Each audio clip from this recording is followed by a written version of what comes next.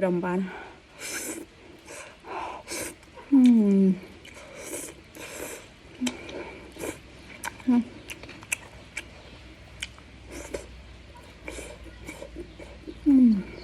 Dạ.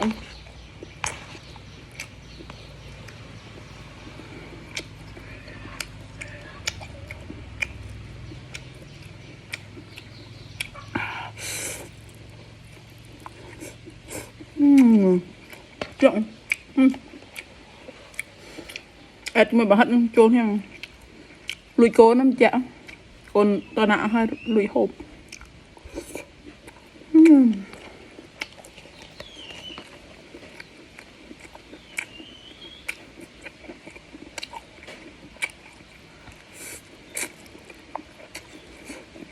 Hầu